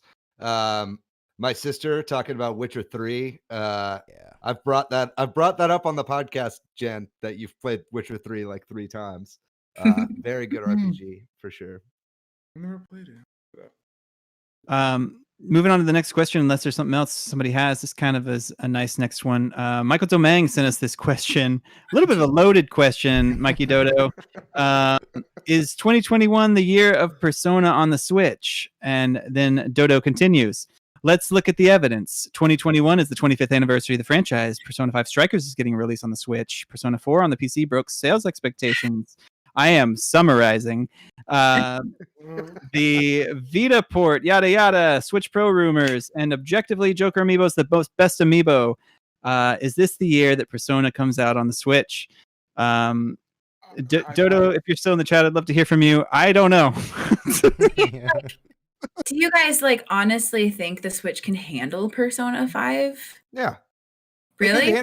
Their Persona 5 Strikers is coming out. It's like the same engine, right? Same game. But, isn't Strikers supposed to be like how many hours of gameplay? Like 40, Persona 5's like 300 hours. Yeah. I think Austin has a nice point in the chat, and that's that we're getting Shin Megami Tensei 5. I don't think they're gonna I don't know. I feel like they're strategically keeping Shin Megami Tensei and Persona like on separate consoles. Yeah. Like they're keeping they're like Atlas they're keeping one hand in each, company. Yeah.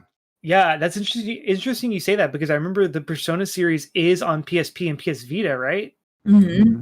But it's now on Steam. Like that was kind of Dodo's point, is like they just released Persona 4 Golden on Steam and it sold fucking like hotcakes. Why wouldn't they want the money? Yeah, I think Atlas is like, oh shit, people want to play this other than on PlayStation. So I feel like now the floodgates are opened, right? Don't get me wrong. If it's on the Switch, I'll buy it. Yeah. I don't buy it. I think it'll come to PC before it ever comes to Switch. I agree.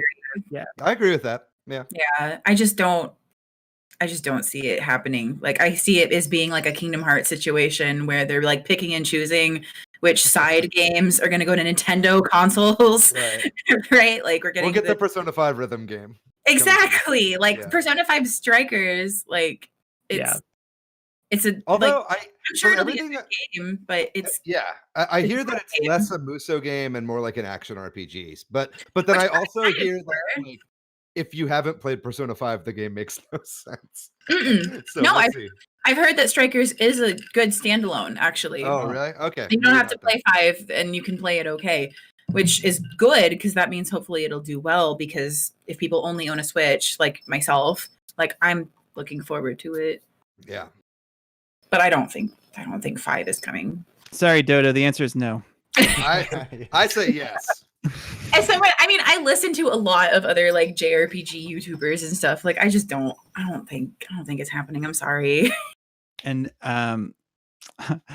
are potentially, I don't know where we're at. Maybe this should be our last question because this would be the last person that sent us a question. I mean, a bunch of people sent us lots of questions, so we have so many wonderful ones that we could go to if we had more time. But Bill Brasky, who is a pseudonym of Kyle Jones, asks, I haven't heard much love for Clubhouse Games 51 Worldwide Classics. If you had to rank them 1 through 51, how would you rank them?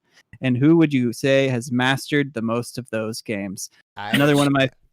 Go ahead. Sorry, go ahead. Yeah, can I start? I can rank them, Yes. but I will rank them in alphabetical order.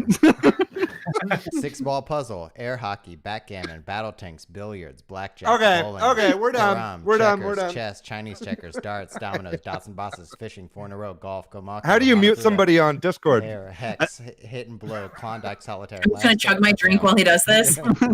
Another great bit that has come out of Toy Super Switch boxing, Headz toy curling, toy Please. soccer, war, yeah, dice. is Kyle Jones's mastery of the 51 Clubhouse games, which pops up every once in a while in the Facebook group.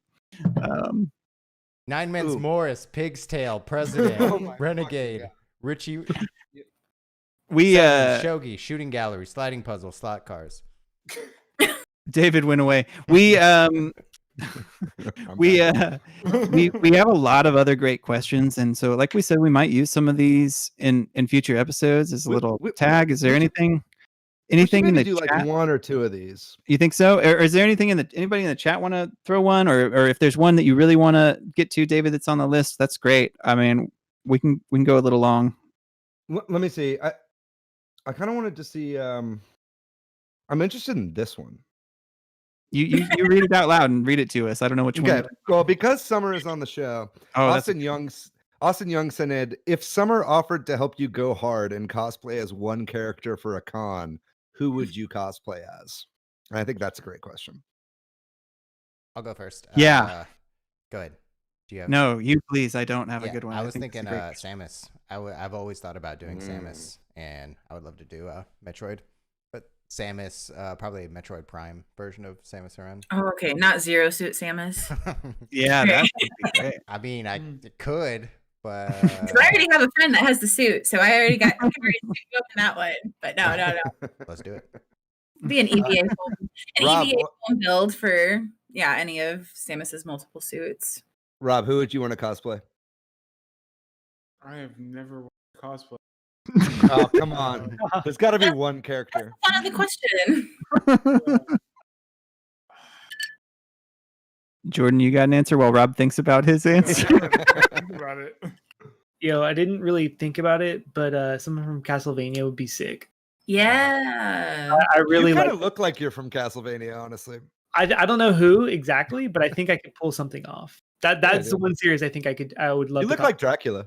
Just like the gothic fashion, though. Yeah. Very sleek. Mm-hmm. A lot of sewing, but yeah. Mine's not a game, but I'd want to cosplay as Daniel Plainview from There Will Be Blood. Hell yeah. Ah, Okay. Does that count? I guess I've just always wanted to dress up as Daniel Plainview from There Will Be Blood, but I've never had David, access to. that's fine, but you can't walk with us when we're on the show floor at PAX Out. What are you talking about? I'll be like, I've abandoned my boy. I've abandoned my child. Love video games. David, if All right. when I you think do I've that, picked- we got to take you to like a Steak and Shake, or wherever people consume milkshakes, so you can yell at them. No, I would be Daniel Plainview from Metroid Fusion. There we go. Rob, what's your pick? Probably Falco. Oh, nice. Yeah. That's good. Yeah. Yeah. Melee. Smash Bros. Melee. I love Falco so much. Dude, I could see you as a Falco with the little eye thing he's got. Yeah. Yeah. Yeah. Yeah, and like a human adaptation, or are we going fursuit here? No, Because I don't have fursuiting experience. Asking the real questions. I could probably. But I'm very good at doing could human probably- adaptations. I could probably spike up my hair. And, Yeah. Yeah. and spray it blue for the day. Yeah. Yeah, that would be fun. I would love to do a Smash group. That would be a lot of fun. Yeah. Interesting. I would want to do like a random Mario enemy, like a Goomba or something. Yeah. Ooh. A piranha plant, because that's Yeah, I really that's like Piranha Plant. It's yeah, unusual. that would be like a really like fun campy kind of cosplay to do. And since you main, see, Yeah. I'm bringing we're doing a Smash group here. There you go. I'll be Piranha I Plant. gotta be Piranha Plant. And I'll be Daniel Plainview from Drink it up. Ooh, dry bones. I Dry bones smash your would be cool, smash ball. I was gonna say, yeah, just the announcer. There you go. Oh my gosh. Chris McKeever wants to go as a me. That's such a good. I love that. Okay, I kind of love that though. Kind of like people cosplay Sims, so why wouldn't you cosplay a me? That's so good. Like just make like a giant paper mache head. Sina Safari said Justin Bailey. So I don't know if that would be Samus in a bikini or the code Justin Bailey written out on your chest or something, but that's a good one as well. And Keeps Gaming is convinced also that I sound like TJ Miller. Do you guys agree with that? Well, I have bad associations with TJ Miller now because he's a me dude, so I don't want to say that you do, and I don't. So no, you don't. Thank you. Cool. Is there another question we want to get to, or did anybody drop one in the chat? Lee said something about, are we going to have a Switch Headz meetup at the Mario World theme park someday? Yeah, we're doing that next week, dude. Buy your ticket. We're going in, and then after that, we're gonna head right on over to the Tokyo 2021 Olympic Games. So join us. Oh man. Soon though, like honestly, you said this in the Discord recently, Summer, but like, man, how great would it be for us to all have a great big meetup? You know? Yeah. I know. I would love it. Someday.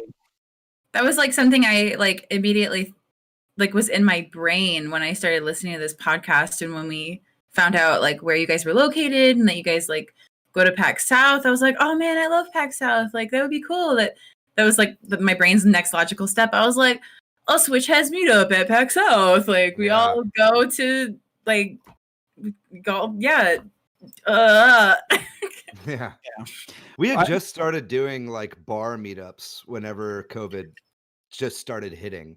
You know what I mean? And I feel like that would have really taken off had we not all of a sudden had stay-at-home orders, you know? Yeah, totally. Our last Super Switch Headz meetup was at the Ale House. It was Oddwood Ales, right? Yeah, Oddwood in February of 2020.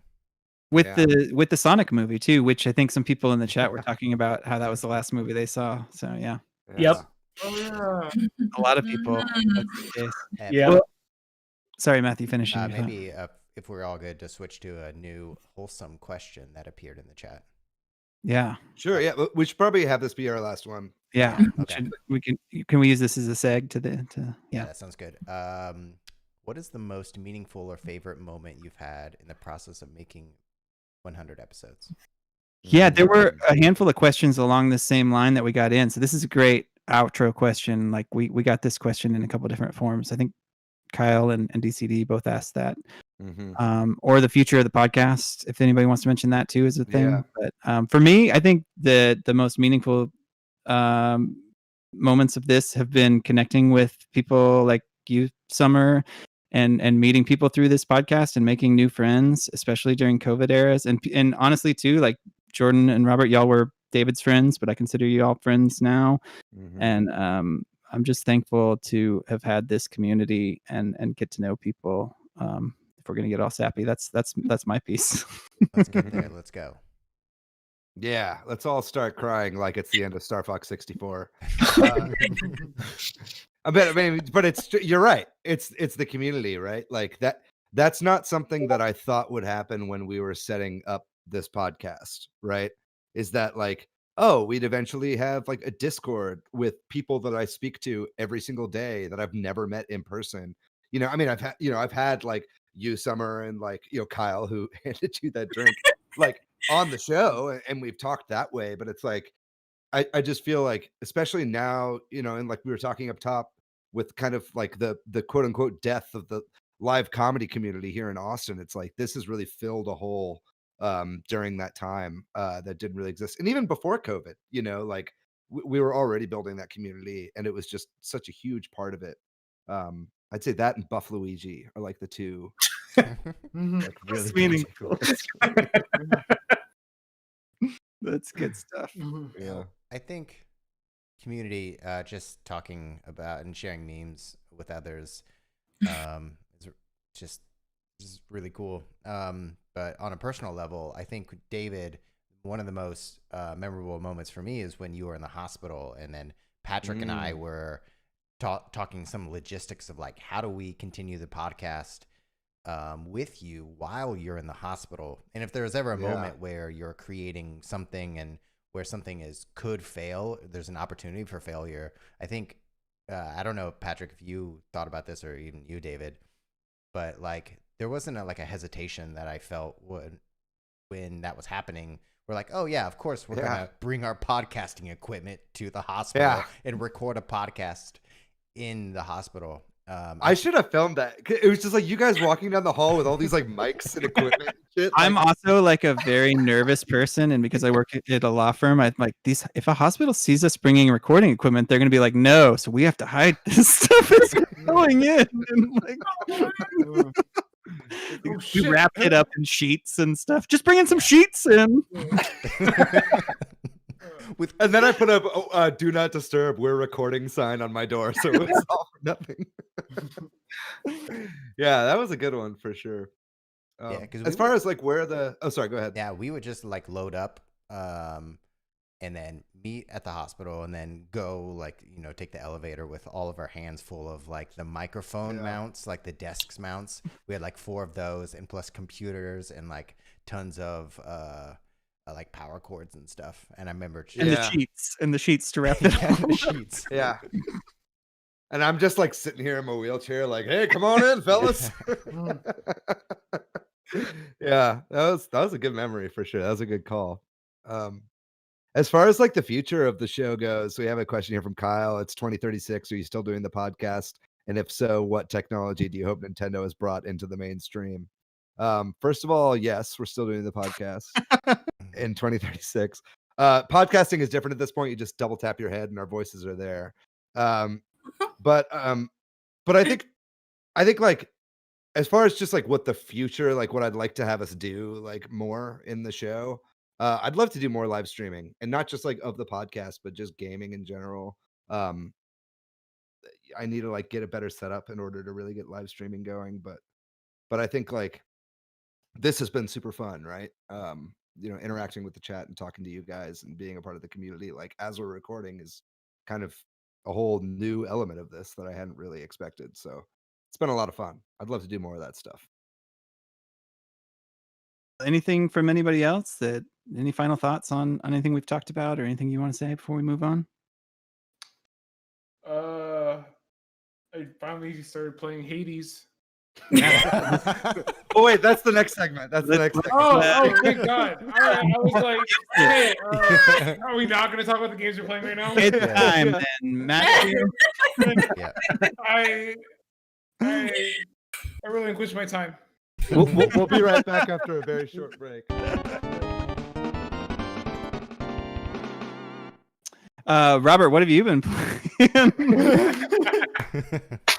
Yes, I like Hades. I was ignoring it and then realized it's Greek mythology, and I love Greek mythology. Mm-hmm. So I was like, oh, that's right up my alley. Let's play it, and I get it now. Why I'm loving it. It's a lot of fun. I still have not beat it, which is kind of sad, but I will beat it tonight. Yeah, I was about to say, you've only been playing for a little bit though, right? Like it sounds like it's a hard game. I played for like 2 or 3 hours yesterday. Yeah. It feels like you just keep playing until you've built up enough to where you'll win. But I've lost to like that one boss like twice now. So you'll get there. Yeah. You digging how horny the game is so far? Is it? Keep playing. Yeah.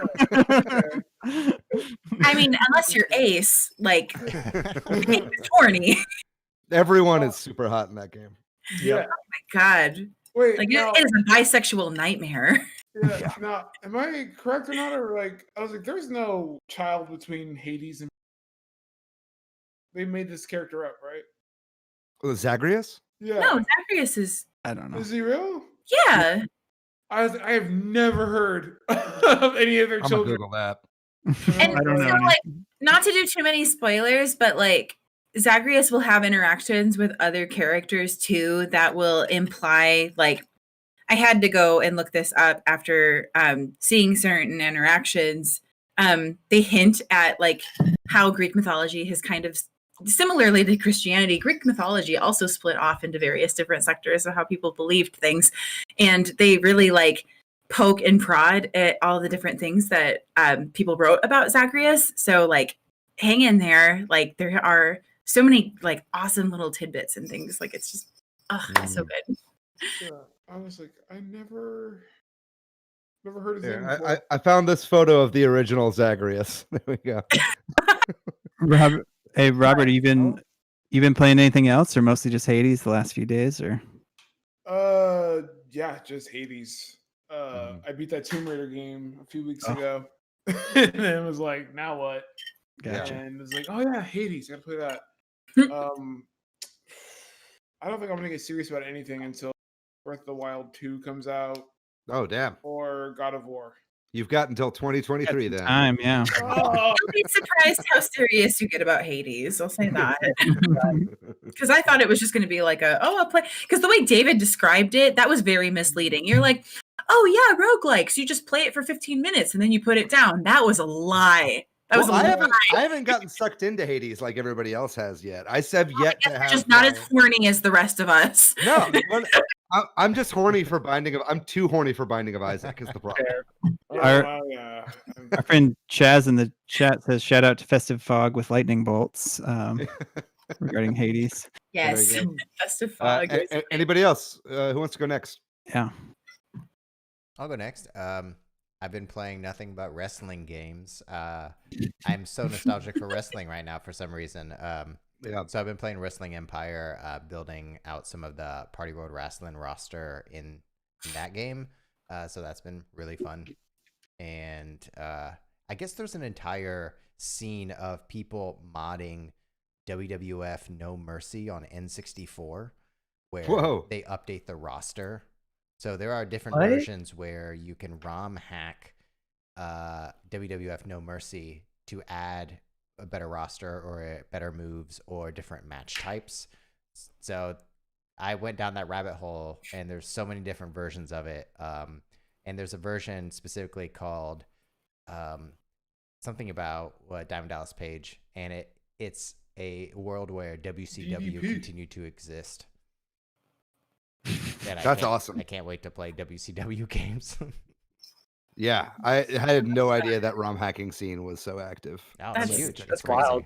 Yeah, the Funny. first possible character I was like, Spider-Man in a wrestling game. Yeah. Hey, who have you made? Have you made Jay yet? Yeah, have you made Jay yet? This might be our new bit. Jay is coming. Dude, you haven't made Jay yet? Come on. Oh Jay's man. coming. Oh, anybody else want to go? What have you been playing, Jordan? I'll go. Yeah. I just played for the first time Undertale. I did a pacifist neutral run, and then I went back, loaded that save, and then used that save to do a true pacifist finale. It That let was you do that? Yeah, it doesn't. Yeah, let yeah, you you can do that. Not let Okay. you like it remembers stuff you've done. Yeah. Well, yeah, like if your last save file is like right before you go to the end, you can reload that save and then use that same save as long as you did full pacifist, which I had done, and use that save, so you don't have to play the whole game over again. You just go straight to the next. So part. you chose to make it a neutral at the very end. You have to. Oh, so I had never played the game. This is my first time. Oh, okay. I got you.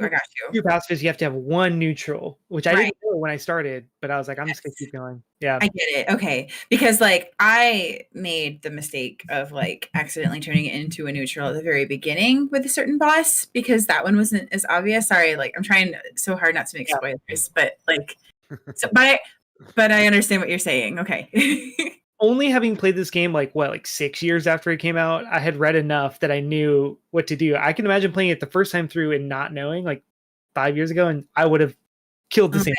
Yeah, I no. would have done the same thing. But yeah, I played Undertale. I've been playing Control, which I had never played. It came on PC Game Pass, and so I've been playing that. Dude, I'm like halfway through, and I'm loving it. I love Metroid, and the aesthetic is amazing. And then like the way that they tackle like cinematic games is interesting. You know, I always you hear like Uncharted is a cinematic game, so I like to see how like different people do that. And then the way Remedy does it, I had just played Alan Wake recently, so seeing how they do it in this Control and like taking that formula and keeping it going is like really cool to see.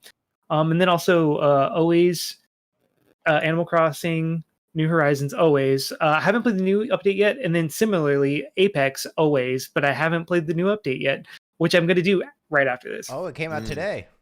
It did. Let's it's out. Go. Hell yeah. Very good. This is now an Apex podcast. But yeah, Who's that's next? it. Who's next? I'll go next. On my Switch, I have been playing, just a lot of the regular stuff. Like I said at the top, I've been playing a lot of Super Mario Brothers 35. Been playing a lot of Super Mario Maker 2. Really just enjoying playing Super Worlds and that. My new thing that I like to do is like because I'm like addicted to watching Mario Maker streamers on YouTube and Mario Maker videos on YouTube. Like every time I'm eating lunch at work, I'm just like watching Mario Maker videos. I don't know why, but that's just very entertaining to me. So what I'll do is if I see levels that look really fun, I'll like look up that creator and then see if they have a world and then play their world. So I'm doing a few of those right now, and those are really fun. But I played a couple new games this past week.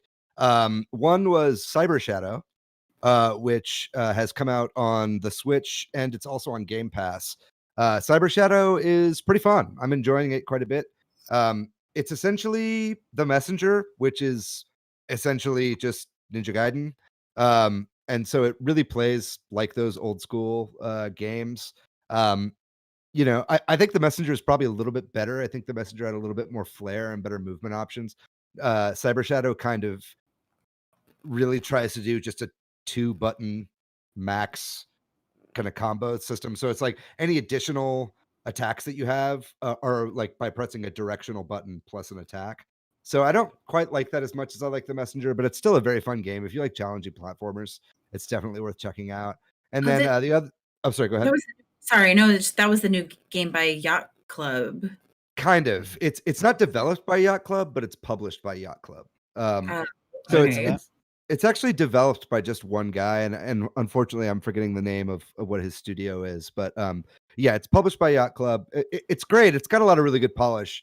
But if you're into those kinds of games, you'd love it. And if you have Game Pass, check it out. It's on there right now.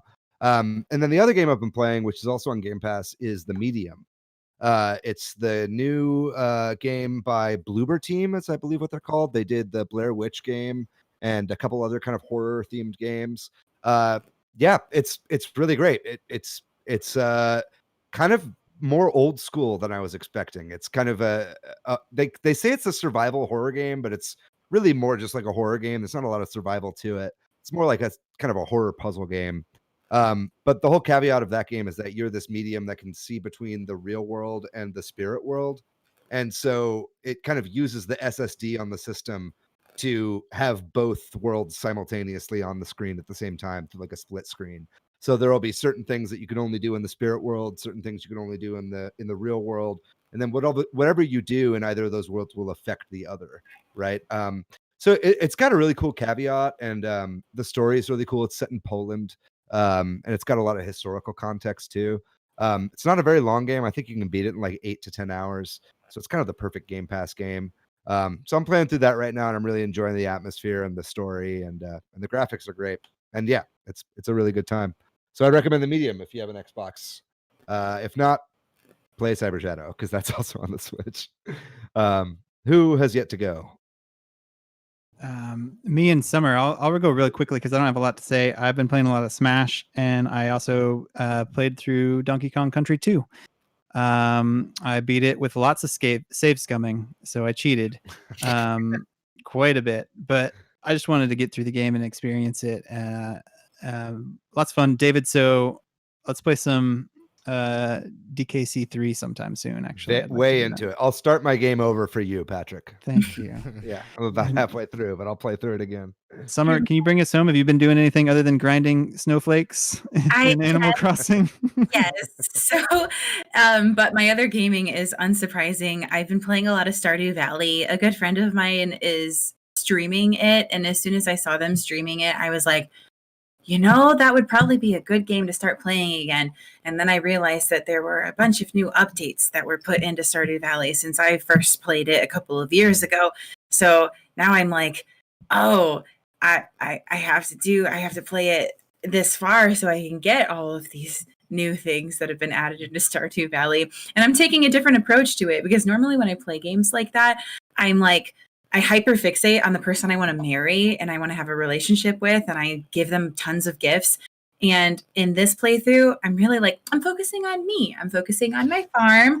I'm making friends with the old people in town, like just taking things slow, like making sure that I'm, taken care of before I figure out who I want to be with.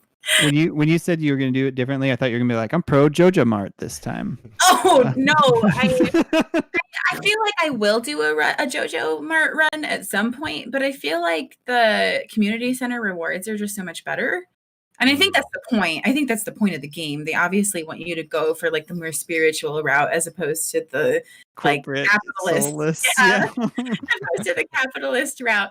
But I do think, like, similarly to taking a genocide route of Undertale, I think it's necessary to do at some point. So I'll have to do that at some point. And then I am playing through Fire Emblem. So that's like my rotation is Animal Crossing. Like I start with Animal Crossing and then I play a couple of days in Stardew, and then I go into Fire Emblem and I play until I pass out. So I play Fire Emblem.